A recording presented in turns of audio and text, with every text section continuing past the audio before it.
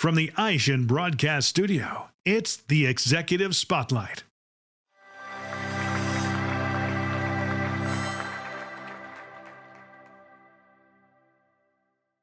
Welcome to the AutoSuccess Executive Spotlight. I'm your host, Brian Ankney. Today, my guest is Shane Bigelow from Champ Titles. Welcome, Shane. Thank you, Brian. Appreciate it. Thank you for coming in today. Let's dive right in. Okay. Tell me a little bit about digital title management. Like, what is it?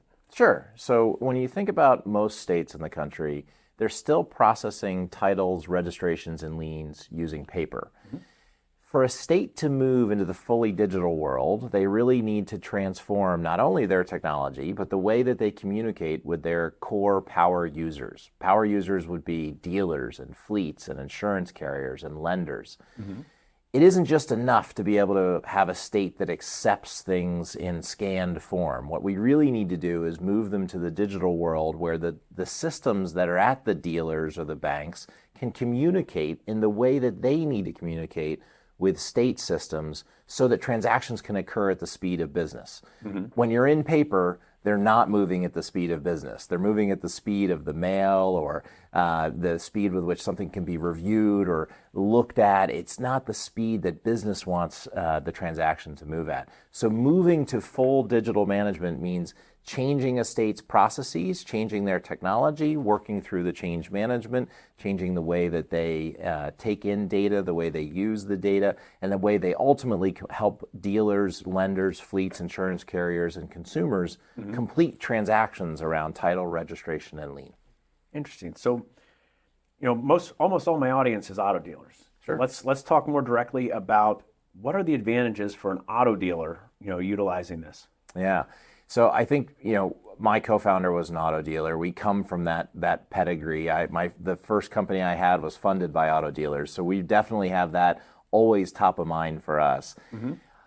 In the auto dealer world, you're dealing often in paper, not because you want to, but because the states require it. So the first big change is get rid of the paper. No more mailing, no more wedding signatures, no more currying around papers and having your team wait in line at the DMV or bring them donuts to process things faster. Yeah. Now all of that is turned digital. So those people can be tasked on higher value transactions like taking care of your customer, as opposed to taking care of their paperwork. Mm-hmm. So the first big change is the paper goes away. The second is that the management of that paper goes away. There's lots of filing, lots of things that have to occur, storage, that can all go away. And the third, and probably the most important thing relative to the future of retail, is that your online transactions expect to be handled digitally. They don't expect to have to traffic in paper. They don't want to come in. They may not be near you. The average transaction distance for online transactions for dealers, as cited by Lithia, is over 900 miles from the dealership. They're not going to make their way in to sign something for you. Yeah. They expect digital. So all of that becomes available to you if your state provides a digital management system for title, registration, and lien. Interesting. Yeah, you mentioned digital retailing. Let's talk about the advantages for digital retailing, and also what is the National Digital Titling Clearinghouse? Sure. So I'll start with the latter, the National Digital Titling Clearinghouse. So we launch our technology for government. The services we launch are available then to that constituent community, the dealers, the lenders, the fleets, the insurance carriers I mentioned. For dealers, one of the biggest problems that they have in their online transactions is the ability to get the title into their name quickly. Now, historically, when dealers buy a car, they might take the title and slip it into a filing cabinet. And then when they sell the car, they take the title out and they might reassign it to a consumer, or they might have their title department go through the effort of getting it into the buyer's name. But the problems are all because when they bought it, they may not have known all of the intricacies about that particular title. Often because there's a paper-based system that's very slow to react. They don't know if the seller put a lien on it and maybe hid it from the dealer. They don't know if the title might have been an old copy of the title and not a new copy, or if it was in a one person's name when really it had already been shifted into a couple's name. All of those problems cause huge issues on the back end when you sell the car. So the National Digital Titling Clearinghouse was launched by one of our states. We launched our technology in West Virginia, as our first state, they took their technology that we launched for them and said, what if we can solve this problem for dealers? What if we can make it so that any dealer in the country, any dealer anywhere in the country, when they're buying a car, can within hours get the title into their name? Would that solve a lot of their problems when they sell the car? And the answer, of course, is yes. You need to look no further than the online retailers to know that when more of your business is crossing state borders, when you're buying cars from one state, selling them in another, that the titling becomes the most important thing you can handle well for your customer to know that they're going to have a transaction that meets their standard of what a digital transaction should look like. Well, just from your last answer got me thinking. I imagine that with how slow paper is and with the delays that it takes and the non-verified information, that probably there's a lot more likely to have fraud. I mean, I imagine with there are bad guys out there everywhere that are looking for ways to do fraud. That's more right. Now than ever.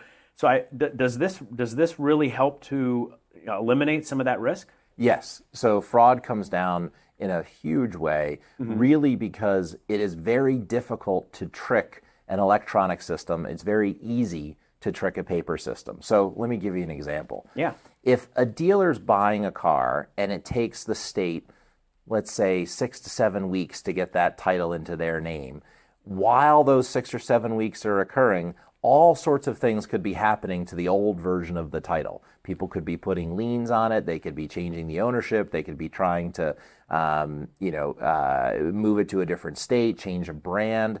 When you're doing it digitally, as soon as the dealer moves that title into their name, they know for fact certain exactly what they have. They know the title is in their name, that it's clean, that there's no liens on it, and they know no one else can touch it while that car is in their inventory. The problem when states use paper is that the processing is slow. It gives criminals time to do the crime they want to do. If you shrink that time into minutes or hours, it really shrinks the aperture on where they can find an angle, where the criminals can find an angle to do something bad. And so for dealers, this is certainly a fraud abatement path, having a digital system. But perhaps even more important than that is that when a dealer moves into that digital world, they're transacting in the way that their consumers want to be met, right? Their consumers want to know that comfort that what they're acquiring isn't going to have a problem when they go to get their tags. It's not going to be an issue when they want to work with their state to get the car registered, that the dealer has done exactly what they need to do. And dealers can now do that in a matter of hours when they buy a car. Presented from the Ishin Broadcast Studio at Babcock's Media. Wow. So I mean, from a customer perspective, especially somebody buying online from another state, this eliminates delays and getting delays in the process, delays in getting tags. From a dealer's perspective, they're saving time for their people, which is saving money because it's a couple hours instead of a few weeks or more, and we're stopping a lot of fraud. What about when a dealer's buying cars? Right.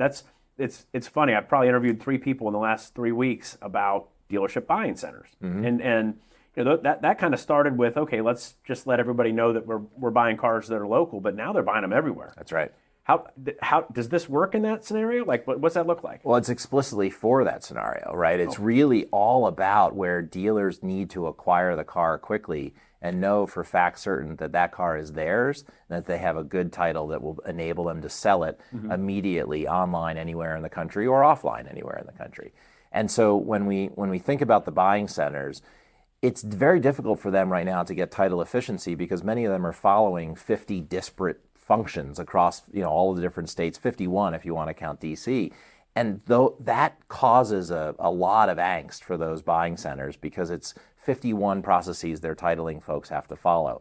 We can shrink that down into one process where they can now acquire cars in a disciplined, rigorous, consistent way so that they know as soon as they buy the car that title is theirs, it's in their name, and they're not going to have any issue when they sell it. And so it solves that problem. It also solves a big problem in many states that some dealers I think are aware of, and they know it causes problems where if they buy a car, they actually aren't legally allowed to sell it until it's in their name. And so if it takes weeks or months for a state to move that title into your name, you're sitting on dead inventory. Oh, wow. Or you're taking a risk if you sell it before it's in your name that maybe it won't actually ultimately transfer into your name. And these problems are small right now, right? The average dealer is maybe 10 to 15% online, and only the online retailers are 100% online. But the average dealer, the average rooftop is about 13% online. But that's growing at 30% a year. So the problems that the online retailers are having with titling are inevitably going to hit your traditional dealers. And this is meant to solve those problems before they have the big problems. Wow. Well, and I mean, as our industry kind of consolidates into these larger dealer groups where they're making their used inventory available, across multiple states. I mean, it's that you're probably already dealing with a lot of the larger groups. I mean, because that's a problem that they're having the same way that a strictly online company, right? Yeah, I think the larger groups have really come around to realizing that they need a centralized, disciplined, repeatable process for titling. A lot of dealer groups historically have always let the local stores handle titling.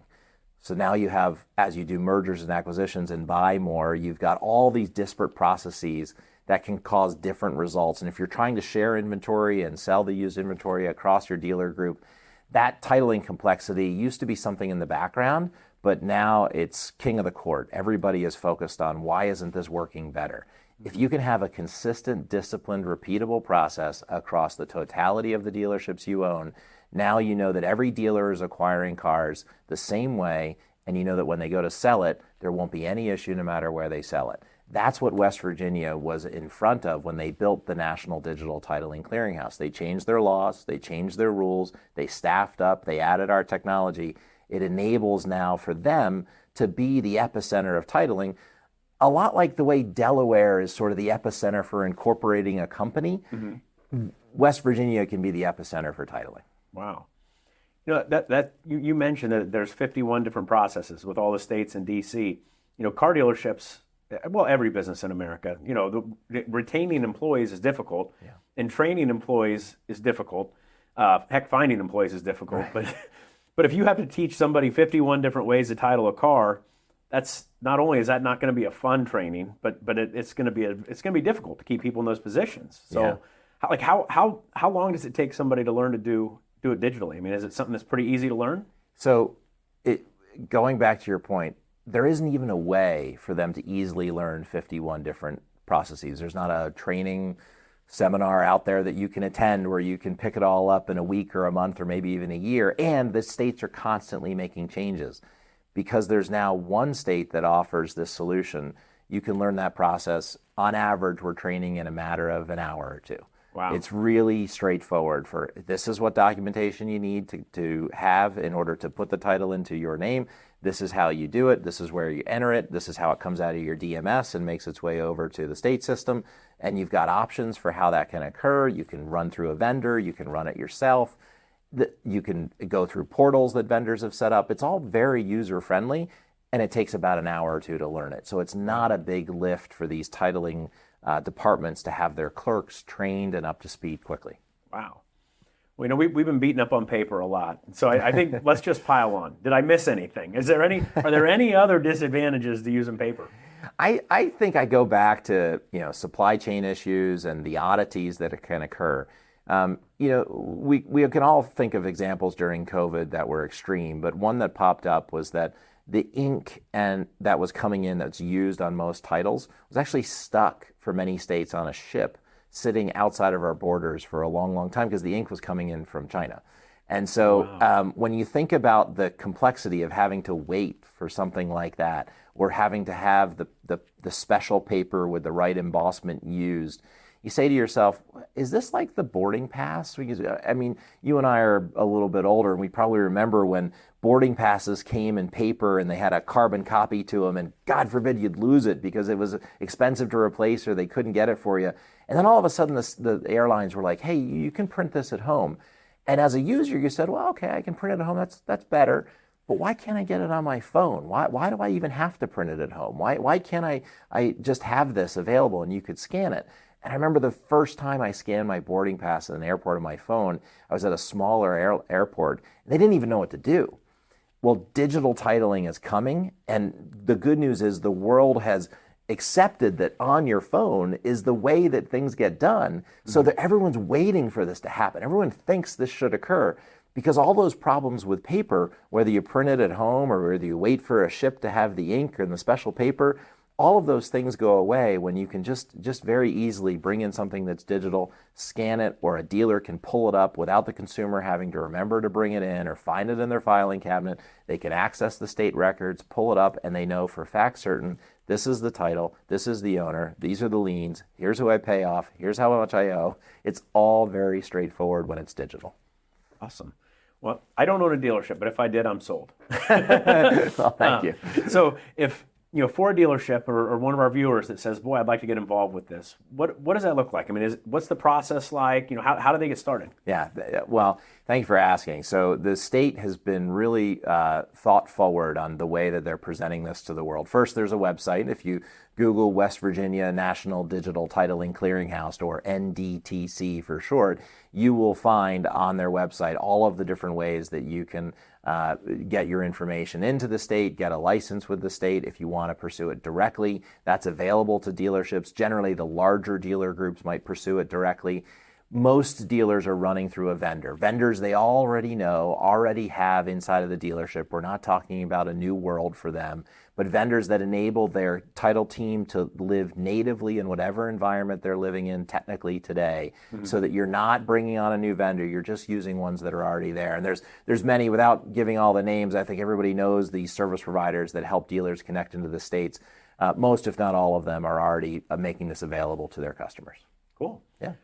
Well, Shane, is there anything more you'd like to share with our audience today before we go? Just that it's a pleasure to be here. I love covering that. I love that there's an entity covering auto the way that you all are. And it's great to be able to get this word out, because these innovations, when they come around for the industry, are quite meaningful. And this is a big leap forward, right? I think a lot of people may say, well, I don't believe it, or my state told me they already have it, but maybe it doesn't work that way. Well, now it's here, right? Now where it's really here and it's in use and people are using it all around the country. So let's get after it together. That's exciting. Thank you for coming. Thank you very much for having me. And thank you for taking the time to join us for this AutoSuccess Executive Spotlight. I'm your host, Brian Ankney. Today, my guest has been Shane Bigelow from Champ Titles. We hope to see you again on a future episode. This one's Over the Curb and Burning Gas.